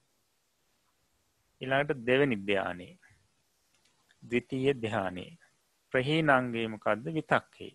එතකොට මුල් ධ්‍යානයේ තිබුණු විතක්කේ මේ ධ්‍යානෙදී නැහැ. එතකොට අපි අර නීවරණත් දැන් මේ ධ්‍යානෙට එනකොට කොහොමත් නැහැ. නමුත් අපි ඒක නැවත ගන්න නැහැ. මේ ප්‍රහීනාංග හැටියට ගන්න විතක්කේ. ඊළඟට සංප්‍රයුක්ත අංග මොනවද? මේ ධ්‍යානෙ තියෙන අංග විචාර ප්‍රීති සුඛ ඒකාග්‍රතාව. ඊළඟට තුන්වෙනි ධ්‍යානෙ ප්‍රහීනාංග මොනවද? විතක්ක විචාර දෙකම. දැන් මේ තෘතීය ධ්‍යානෙට එනකොට දෙවෙනි ධ්‍යානෙ ඉඳලා නැති වෙලා යන්නේ විචාරයයි. හැබැයි විතක්කේ කියන එකක් දැන් මේකේ නැහැනේ. ඒ නිසා අපි ඒකත් අරගෙනම කියනවා විතක්ක විචාර දෙකම නැහැ මේ ධ්‍යානෙ. තියෙන අංග මොනවද? සංප්‍රයුක්තාංග පීති සුඛ ඒකාග්‍රතාව. හොඳයි ඊළඟට චතුර්ථ ධ්‍යානෙ ප්‍රහීනාංග විතක්කයක් නැහැ මේ ධ්‍යානෙ, විචාරයක් නැහැ, ප්‍රීතියක් නැහැ. තියෙන අංග මොනවද? සංප්‍රයුක්තාංග සුඛ ඒකාග්‍රතාව කියන අංග දෙක. ඊළඟට පංචම ධ්‍යානෙ. පංචම ධ්‍යානෙට එනකොට ප්‍රහීනාංග විතක්කේ විචාරේ ප්‍රීතිය සුඛය මේ හතරම නැහැ. තියෙන අංග හැටියට ගන්නෙ නැත්නම් සංප්‍රයුක්තාංග හැටියට ගන්නෙ උපේක්ඛා ඒකාග්‍රතාව නැත්නම් උපේක්ෂා ඒකාග්‍රතාවය. මෙන්න මේ අංග දෙක තමයි සංප්‍රයුක්තාංග නැත්නම් තියෙන අංග. හොඳයි. එතකොට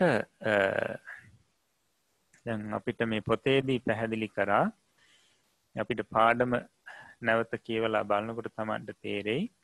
දැන් මේ පැහැදිලි කරපු ක්‍රමයෙන් මේ පාඩමේ කියපු කරුණු ටික පැහැදිලි. රූපාවචර සිත් තියෙනවා 15ක්. ඒකේ කුසල් සිත් තියෙනවා 5ක්. එතකොට ඒ කුසල් සිත් 5 බෙදෙනවා නැවත ධ්‍යාන ભેදයෙන්. කියන්නේ ප්‍රථම ධ්‍යානෙ, ဒုတိ ධ්‍යානෙ ඔය විදිහට බෙදෙනවා 5කට. ඊළඟට පැහැදිලි කරා රූපාවචර විපාක සිතත් ඒ විදිහටම 5කට බෙදෙනවා. ක්‍රියාසිතත් ඒ විදිහටම 5කට බෙදෙනවා. එතකොට මේ රූපාවචර සිත් වලට ධ්‍යාන සිත් කියලා කිව්වා. ඊට හේතුව තමයි ඒ ධ්‍යාන අංග යෙදෙන නිසා ඒවට ධ්‍යාන සිත් කියලා කිව්වා. එතකොට විතක්ක විචාර පීති සුඛ ඒකාග්‍රතාව කියන පහට කියනවා ප්‍රථම ධ්‍යානෙ කියලා.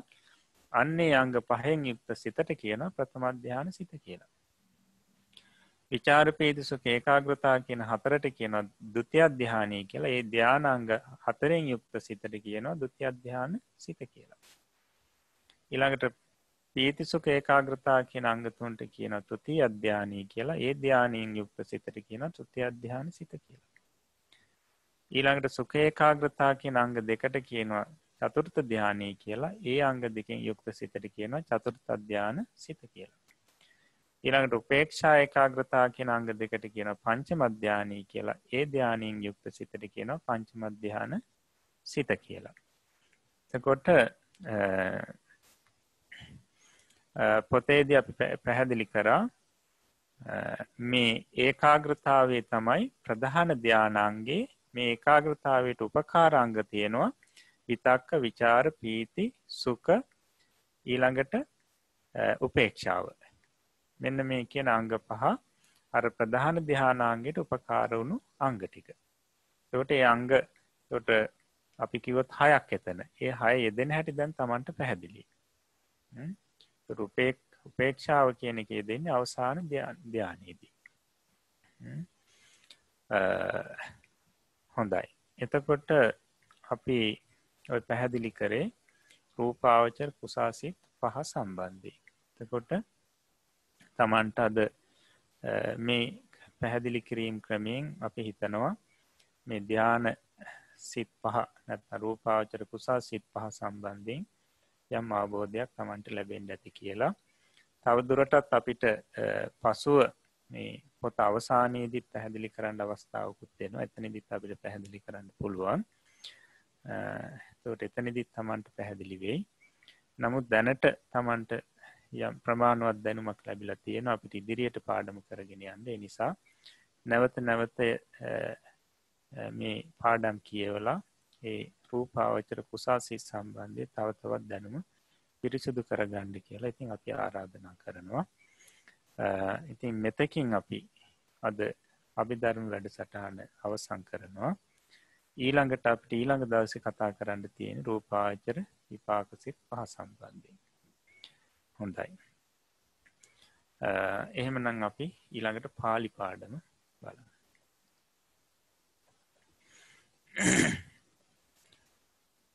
අපි ගිය සතියේ දුන්න ක්‍රියාපද කිහිපයක් වර්ණම් ගන්න. අපි බලමු ඒවල උත්තර. තමන් ලියලා තියෙන ටික අරන් බලන්න.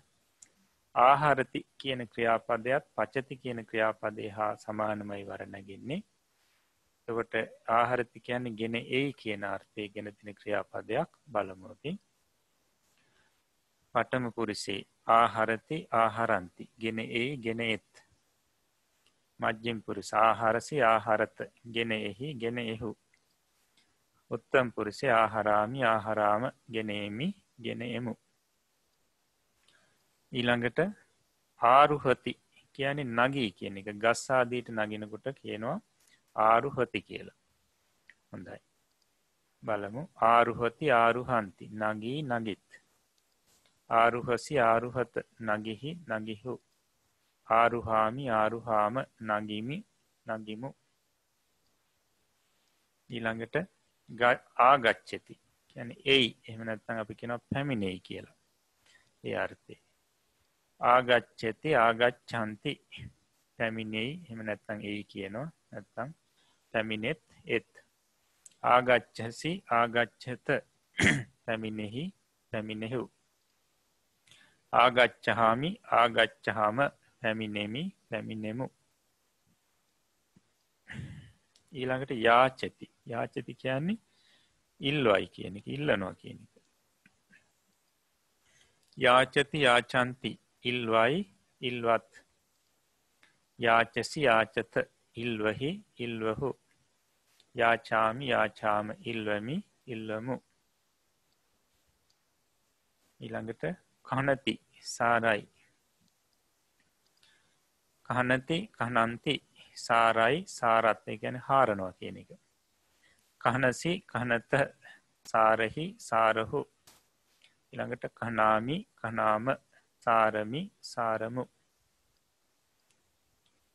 ඊළඟට කසති සීසායි කියන්නේ හානවා කියන එක කසති කසන්ති සීසායි සීසාත් කසසි කසත සීසාහි සීසාහු කසාමි කසාම සීසාමි සීසාමු ඊළඟට භවති වෙයි කියන අර්ථය වෙනවා කියන එක භවති භවන්ති වෙයි වෙත් භවසි භවත වෙහි වෙහු භවාමි භවාම වෙමි වෙමු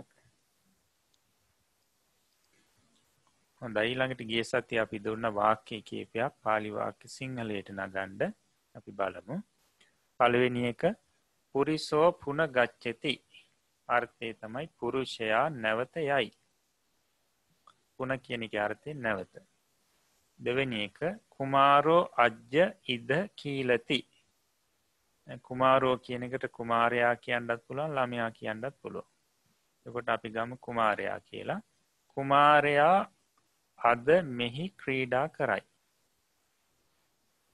ඊළඟට තුන්වෙනි එක අහං තතෝ කිප්පන් දහවාමි මම එතනින් වහා දුවමි ඊළඟට හතර ඉදානි තුම්හේ කත්ත වසතහ දැන් නුබලා කොහි වසහුද එක ප්‍රශ්නයක් ඊළඟට පහ අද්දහා කස්සකෝ අජ්ජ පුත්තස්ස කායන් දොහවති ඒකාන්තයෙන් ගොවියා අද පුත්තස්ස කියනකොට පුත්‍රයාගේ කය සෝදයි ඊළඟට 6 ආම බුහුපාල අහං කස්සකෝ භවාමි එසේය රජතුමනි මම ගොවියෙකු වෙමි 7 කස්සකෝ සනිකං කසති ගොවියා හිමින් සීසායි නැත්තං හායි කියන එක හානවා කියන එක ඊළඟට 8 ලේඛකා ඒවන් ලිඛන්ති ලියන්නෝ මෙසේ ලියත් 9 පුත්තා නෝ හත්තේ පස්සන්ති පුත්‍රයෝ අපගේ අත් බලත් නැත්තං අත් දෙස බලත් කියන එක ඊළඟට 10 යත්තහ චෝරා වසන්ති තතෝ මයං කිප්පං ඉද ආගච්ඡාම යම් තැනක සොරු වසද්ද එතනින් අපි වහා මෙහි පැමිණෙමු එතකොට අර කමාවක් දාලා තියෙන තැනින් ඒක නවත්තලයි කියන්නේ එතකොට අද නැවත අභ්‍යාසයේ වශයෙන් තියෙනවා පහත සඳහන් ශබ්ද පුරුෂ ශබ්දයෙන් වර්ණ ගන්න. ඒකට පුරුෂ ශබ්දයේ විදිහට තවත් ශබ්ද කීපයක් තියෙනවා වර්ණ ගන්න. පළවෙනි එක ගාම කියන ශබ්දේ. ඒකට අර්ථය ගම කියන එක. ඊළඟට රුක්ඛ රුක්ඛ ඒකේ අර්ථය ගස. ඡන්ද ඒකේ අර්ථය හඳ. ඊළඟට සූර්ය සූර්ය කියන එකේ අර්ථය ඉර. පාසාන ඒකේ අර්ථය ගල කියන එක. ඒතර ගාම කියන එක ගාමෝ ගාමා ගාමං ගාමි ඔය විදිහට තමයි වර්ණන් වෙන්නේ. රුක්ඛ කියන එක රුක්ඛෝ රුක්ඛහ රුක්ඛං රුක්ඛෙහි ඔය විදිහට වර්ණන් වෙනවා. ඡන්ද කියන එක ඡන්தோ ඡන්දා ඡන්දං ඡන්දේ ඒ විදිහට වර්ණන් වෙනවා. සූර්ය කියන එක සූර්යෝ සූර්යා සූර්යං සූර්යේ ඒ විදිහට වර්ණන් වෙනවා.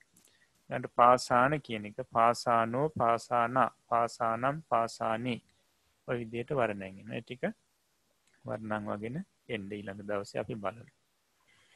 ඊළඟට නිපාත පද තවත් කොටසක් අපි දීලා තියෙනවා මේ ටිකත් පාඩම් කරගන්න ඕනේ. පළවෙනි එක සචේ ඒකේ අර්ථය තමයි ඉඳින් කියන එක. සචේ ඉඳින්. තත්ත ඊළඟ එක. එහි කියන අර්ථය. ඊළඟ එක අන්තෝ ඇතුළෙහි ඇතුළත කියන අර්ථ දෙන පදයක්. ඊළඟට බහි ඒකේ අර්ථය පිටත කියන අර්ථය. ඊළඟට හෙට්ටහ ඒකේ අර්ථය යට කියන එක. ඊළඟට උපරි කියන එකේ අර්ථය මත්තෙහි කියන එක. අත්හ ඒකේ අර්ථය ඉක්බිති කියන එක. ඊළඟට යදා කියන එකේ අර්ථය යම් කලෙක කියන එක. එතකොට මේ පාලි නිපාත පදයක් ඒකේ අර්ථයත් මතක තියාගන්න. මේ පද වෙනස් වෙන්නේ නැහැ. අර්ථය වෙනස් වෙන්නේත් නැහැ. වාක්‍යයේ මුල මැද අග තුන් තැනම යෙදෙනවා. හොඳයි. එහෙමනම් අපි පාලි පාඩමත් මෙතකින් හමාර කරනවා. එතකොට ඊළඟ දවසේ විශේෂයෙන්ම මේ සිත් පහ අපි රූපාවචර සිත් පහ පාඩම් ගන්නවා. එකත් පාඩම් කරගන්න ඊට පස්සේ පාලි අභ්‍යාස ටිකක් කරන්න අපි ඊළඟ දවසේදී සාකච්ඡා කරමු පිළිතුරු. හොඳයි. අද දවසේදී එහෙමනම් අපි මේ රූපාවචර සිත් ධ්‍යාන සිත් සම්බන්ධයෙන් මේ පාඩම පැහැදිලි කරගත්තා. ඒ වගේම පාලි පාඩමටත් අදාළ වචන ආදී ඉගෙන ගත්තා. මේ තුලින් අපේ సంతානයේ කුසල් සිතුවිලි ජනිත කරගන්නට යෙදුණා. මේ රැස් කරගන්නට යෙදුණු සියලුම කුසල සිතුවිලි පුණ්‍ය ධර්මයන්ගේ බලයෙන් ශක්තියෙන් හැම දිනාටම නිදුක් නිරෝගී දිගාසිරි සැලසේවා. තව තවත් මේ ධර්මයන් දැන කියා ගන්න ලැබේවා. තව තවත් මේ ධර්මයන් පුරුදු පුහුණු කරගන්න ලැබේවා. ඒ සඳහා විවේක පසුබිම විවේක පරිසරයේ සැකසේවා. හැම දිනාටම ප්‍රාර්ථනා පරිද්දෙන් උතුම් බෝධි ඥාන වලින් නිවනින් සැනසෙන්නට මේ උතුම් පුණ්‍ය ශක්තිය එකසේම හේතුපකාර වේවා කියලා අපි ආශිර්වාද කරනවා. ඒ වගේම මේ ධර්මයන් අපිට කියා දුන්නු ගුරුතුමන් වහන්සේලාටත් හදා වඩා පෝෂණය කරපු දෙමව්පියන්ටත් ශාසනික මව්වරු පියවරු සහෝදර සහෝදරියන්ටත් ඒ වගේම බුද්ධ ශාසනය වෙනුවෙන් කාලය ධනය ශ්‍රමය කැප කරලා මේ වෙනකොට ගිලන් බවෙන් පසු වන හැම දිනාටමත් මේ උතුම් වැඩසටහන විකාශනය කිරීම සඳහා මූලිකත්වයෙන් කටයුතු කරන හැම දිනාටමත් ඊට උදව්පකාර කරන හැම දිනාටමත් දායකත්වයේ දරන හැම දිනාටමත් මේ උතුම් පුණ්‍ය ශක්තිය ජීවිතයට ආශිර්වාදයක් වේවා. නිදුක් නිරෝගී දිගාසිරි සැලසේවා. සම්‍යක් ප්‍රාර්ථනා මුදුන්පත් වේවා. කෙලවර නිවනින් සැනසෙන්නටම ලැබේවා කියලා අපි ආශිර්වාද කරනවා. ඒ වගේම ශාසන ආරක්ෂක ලෝකපාලක ආත්මාරක්ෂක අල්පේශාක්‍ය මහේශාක්‍ය දිව්‍යතා මණ්ඩලයටත් මේ පින් දැනේවා පෙනේවා මේ පින් අනුමෝදන් වෙත්වා. දෙවියෝ සැපෙන් සැපයටපත් වෙත්වා. බුද්ධ ශාසනයේ බුද්ධ ශ්‍රාවකයන් නිරන්තරයෙන්ම ආරක්ෂා කරත්වා. දෙවියෝ ප්‍රාර්ථනා පරිදුතුම් බෝධි ඥාන වලින් නිවනින් සැනසෙත්වා කියලා අපි දෙවියන්ටත් පින් අනුමෝදන් කරමු. ඒ වගේම මිය පරලෝ ගොස්ස පින් බලාපොරොත්තුෙන් පසුවන ඥාති බන්ධ හිතයිශීන්ටත් මේ පින් දැනේවා පෙනේවා මේ පින් අනුමෝදන් වෙත්වා. ඥාතියෝ සැපෙන් සැපයටපත් වෙත්වා. කෙලවර නිවනින් සැනසෙත්වා කියලා අපි පුණ්‍ය අනුමෝදනා කරමු. ඒ වගේම මේ උතුම් පුණ්‍ය ශක්තිය අප හැම දිනාටම සතර මාර්ග සතර ඵල පිළිවෙලින් උතුම් නිවනින් සැනසෙන්නටම හේතුපකාර වේවා කියන ප්‍රාර්ථනාව ඇති කරගෙන මං කීවට පසුව මේ වාක්‍යය කියමින් කවුරුත් නිවන් සුව ප්‍රාර්ථනා කරමු. ඉදම්මේ පුඤ්ඤ කම්මං මේ පුඤ්ඤ කම්මං ආසවක්ඛයා වහං හෝතු ආසවක්ඛයා වහං හෝතු සබ්බ දුක්ඛා පමුංචතු සබ්බ දුක්ඛා පමුංචතු මාගේ මේ පුණ්‍ය ධර්මය මාගේ මේ පුණ්‍ය ධර්මය මාර්ගඵල නිවන් පිණිසම මාර්ගඵල නිවන් පිණිසම හේතු වේවා හේතු වේවා වාසනා වේවා වාසනා වේවා. සාදු සාදු සාදු. අද දවසේත් මේ උතුම් අභිධර්ම වැඩසටහනට මාර්ගෝපදේශකත්වයේ සපයමින් ඊටමත් නිවැරදිව ඊටමත් පිරිසිදුව පෙළ අටුවාවන්ට අනුකූලවම අනුගතවම ඒ උතුම් ලෞතර බුදුරජාණන් වහන්සේ සංසාර දුකින් එතර වීමට බලාපොරොත්තු වන්නා වූ සත්වයින් හට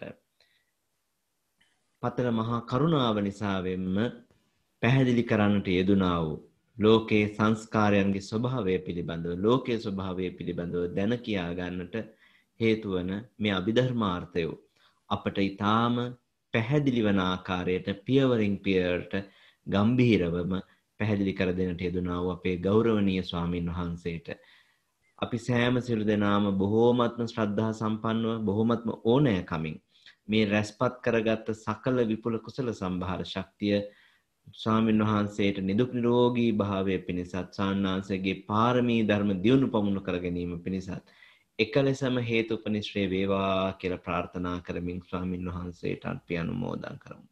ඒ වගේම මෙවන් වූ උදාාරතර පින්කමක් අපිට කරගන්නට ලැබෙන්නේ මේ සංසාරේ පුරාවටත් එකට ආපු මෙවන් වූ සත්පුරුෂ පිරිසක් අපි වටා එකට එකතු වෙලා ඉන්න නිසායි. ඒ නිසාවෙන් ඔබ අපි සෑම සිළු දෙනාම මේ එකම පාරමී ගමනක එකම පාරමී පෙරහැරක ගමන් ගන්නා සත්පුරුෂ හිතවතුන් පිරිසක්. ඒ නිසා මේ සත්පුරුෂ හිතවන්ත සෑම සිළු දෙනාටම මේ උදාාරතර පින්කම නිර්වාණ ගාමිනී කුසලයක්ම වේවා කියලා අපි බොහෝමත්ම ශ්‍රද්ධා සම්පන්නව බොහෝමත් මෙත් සිතින් ප්‍රාර්ථනා කරනවා. ඒ නිසාවෙන් අද දවසේ 16 වැනි අභිධර්මය හා පාලි පාඩම මේ මුල් කොටස අවසන් කිරීම වෙනුවෙන් අපි ගෞරවනීය ස්වාමින් වහන්සේ වන්දනා කරමු. සෑම සිළු දෙනාම මාත් සමගම එක්ව ගාථා කියමින්. අවසරයි ස්වාමීනි. ඕකාස වන්දාමි බන්තේ සුඛී හොතු මයා කතං පුඤ්ඤං සාමිනානුමෝදිතබ්බං සාදු සාදු අනුමෝදාමි සාමිනා කතං පුඤ්ඤං මයිහං දාතබ්බං සාදු අනුමෝදිතබ්බං සාදු සාදු අනුමෝදාමි ඕකාස ద్వාරත්තේන කතං සබ්බං අච්චයන් කමත මේ බන්තේ කමාමි කමිතබ්බං සාදෝකාස කමාමි බන්තේ සුඛී හෝතු නිබ්බාන පච්චේ හෝතු සබ්බ දුක්ඛාපමුච්චතු සුවපත් වේවා නිදුක් නිරෝගී දිගාසිරි සරසේවා සීලවන්තං ගුණවන්තං පුඤ්ඤක්කෙත්තං අනුත්තරං දුල්ලබේන මයා ලද්දං බුද්ධ පුත්තං නමාමහං සුවපත් වේවා සුවපත්